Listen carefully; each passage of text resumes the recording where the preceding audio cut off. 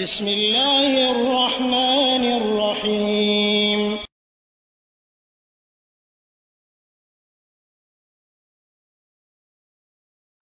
بسم الله الرحمن الرحيم الحمد لله رب العالمين والصلاة والسلام على أشرف الأنبياء والمرسلين نبينا محمد وعلى آله وأصحابه أجمعين أما بعد ওয়ালাইকুম আসসালাম ওয়া রাহমাতুল্লাহি ওয়া বারাকাতুহু। সম্মানিত ভাই, আপনি প্রশ্ন করেছেন যে আল্লাহ তাআলা সর্বত্র বিরাজমান, এই কথা বলে আপনি বলেছেন, আপনার একজন লোক বলেছে ঠিক না। আসলে আল্লাহ রাব্বুল আলামিন সর্বত্র বিরাজমান এই কথাটা আল্লাহ রাব্বুল আলামিন বলেননি নিজের জন্য, আর এটা ভুল আকীদা, এই জিনিসটা সঠিক না। কারণ আল্লাহ রাব্বুল আলামিন সর্বত্র বিরাজমান এটা ইসলামের কোনো আকীদা না। ইসলামের আকীদা হচ্ছে আল্লাহ রাব্বুল আলামিন বলেছেন তিনি আর রহমান ওয়া আলাল আরশি ইস্তাওয়া, তাহার মধ্যে রয়েছে সূরা তাহা এবং পবিত্র কোরআনের 7 জায়গায় আল্লাহ তাআলা এই কথা উল্লেখ করেছেন যে আল্লাহ রাব্বুল আলামিন আরশের উপরে আছেন। এই পৃথিবী থেকে প্রথম আকাশে পৌঁছতে হলে 500 বছর সময় লাগবে। প্রথম আকাশটা এত পুরো যে সেটা ছেদ করে বাইরে তুলে ওই উল্টা সাইডে অন্যদিকে সেখানে আপনি আরো 500 বছর লাগবে। এক আকাশ থেকে আরেক আকাশের ফাঁকা জায়গা, প্রথম আকাশ থেকে দ্বিতীয় আকাশে যাইতে হলে আবার 500 বছর সময় লাগবে। আবার দ্বিতীয় আকাশকে ভেদ করে ওই ওপারে যাইতে হলে আরো 500 বছর। এইভাবে 7টা আকাশ, 7টা ফাঁকা জায়গা, 7টা আকাশের পুরুত্ব এবং 7 আকাশের উপরে আবার ফাঁকা জায়গা, সেটাও 500 বছরের দূরত্ব। তার উপরে সমুদ্রের গভীরতাও 500 বছরের।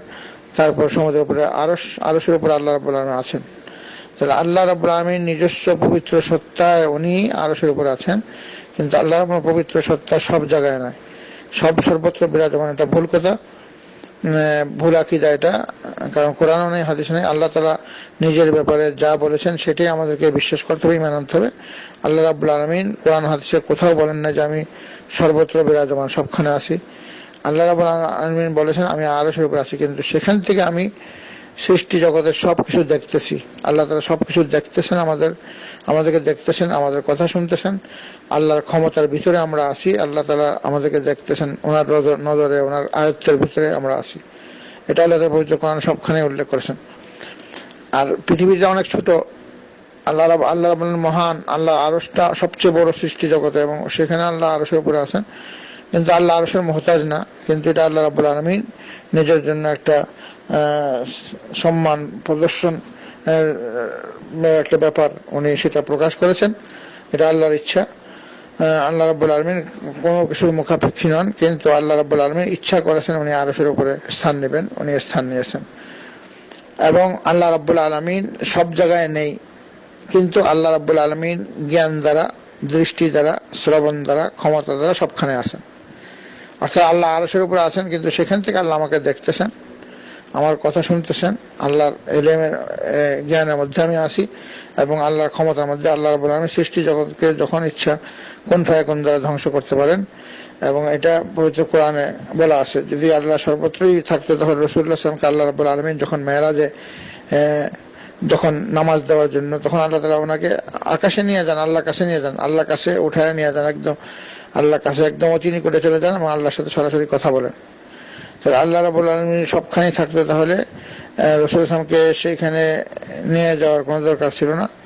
তাহলে এক সাহাবাকে রাসূলুল্লাহ জিজ্ঞাসা করেছেন আল্লাহ কোথায়, তিনি হাত দিয়ে আঙ্গুল দিয়ে উপরে দেখাই দিয়েছেন যে উপরে আকাশ, 7 আকাশের উপর আল্লাহ আছেন।